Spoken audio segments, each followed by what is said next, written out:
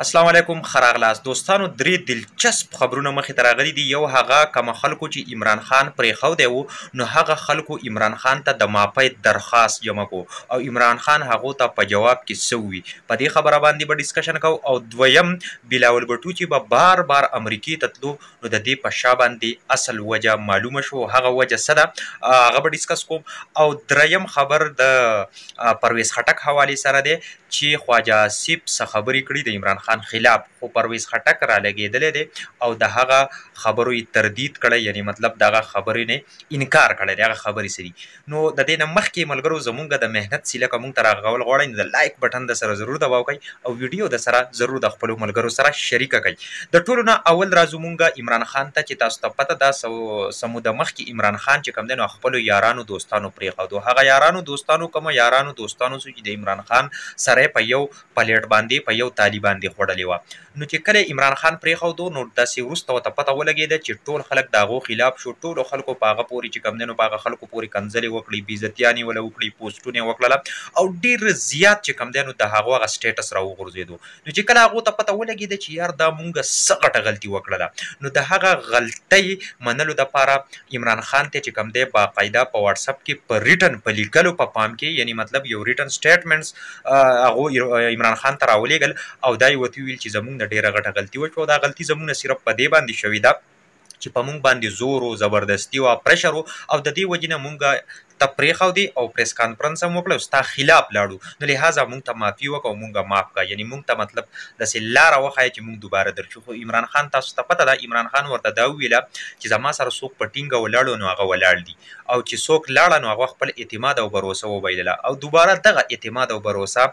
واپس راوستل او واپس چې کوم دی نو اخیستل دا ډېر ګران کار دی. لحاظه په هیڅ صورت کې زه تاسو ته معافي نه کوم او تاسو چې کوم دی نو د معاف کولو لایق نه یې، ځکه چې داسې په معمولي خبرو باندې به تاسو ما دغه شان پرېږدئ. په داسې سخت وخت کې کم سخت وخت کې تاسو ته پته ده چې 13 پارټیانې د هغه خلاف شوي دي او د دې سره سره هره اداره د هغه خلاف ده او هر سړی د هغه خلاف شوی دی او هغه ایکې واځې ولاړ دی او مقابله کوي. نو په داسې ټایم کې تاسو عمران خان پرېږدئ نو بیا ستاسو د یارۍ او د دوستۍ مطلب څه شو؟ نو تاسو څه وایئ چې آیا عمران خان دا فیصله ټیک کړې ده او که نه ده کړې؟ پس په یس یا نو کې ماته ضرور په کمنټ کې جواب راکړئ چې تاسو د عمران خان سره اګري کېږئ که نه تاسو وایئ چې نه خیر د عمران خان له پکار وه چې معاف کړي وي. نو تاسو څه وایئ؟ او دویم خبر تاسو ته ما ویل چې د بلاول زرداري حوالې سره دی چې بلاول زرداري د بادب چې کوم دی نو دا به امریکا ته تلو او صرف د دې دپاره چې اوس هغه باقاعده د راروان وزیر اعظمۍ دپاره تیاریانې هم مکمل کړي، یعنې دا خوبونه یې نه چې راروان وزیر اعظم به زه یم.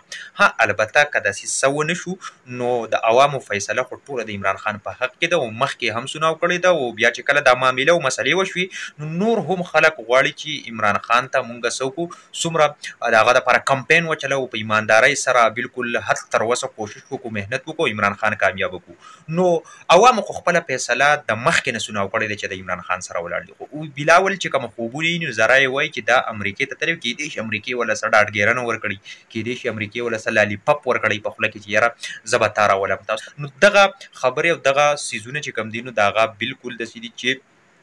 یوزلیس دي. د دې سره سره چې کوم دی نو د پرویز خټک حوالې سره چې کوم اهم خبر راغلی دی نو هغه دا دی چې پرویز خټک په باره کې خواجه آصف یو سټیټمنټ چې کوم دی نو یو ټویټ کړی و او ویلي چې پرویز خټک یو سټیټمنټ جاري کړی دی او هغه سټیټمنټ دا دی چې عمران خان چې کوم شوکت خان هم اسپتال جوړ کړی دی نو د کروڑاو ارباو روپۍ چې کوم دی نو د دغې اسپتال په ذریعه باندې د خلکو نه ووالي او بیا خاص کر په عمران خان باندې خپلو خلکو هم چې کوم دی نو تنقید وکړو او هغه خلک چې هغه د عمران خان سره شانه بشانه ولاړو هغه خلکو په عمران خان باندې څه وکړو، تنقید وکړو او د عمران خان چې کوم دی نو بېعزتیانې وکړي. او تاسو ته ما ویلي چې عمران خان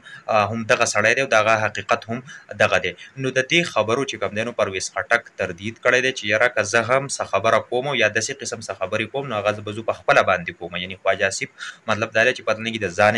دا خبرې کړي دي او که نه چا ورته ویلي دي او یا ورته چا ښودلي دي. ملګرو دا اوسو اهم خبرونه چې مې ستاسو سره شریک کړه. که زمونږ د محنت سیله مونږ ته راکول غواړئ نو یو ځل درته بیا وایم که لایک درنه هېر شوي لایک دباو کوئ، ویډیو درسره شیر کوئ، په اخره کې خپل ورور شه بل ته اجازت ورکوئ. د لوی الله په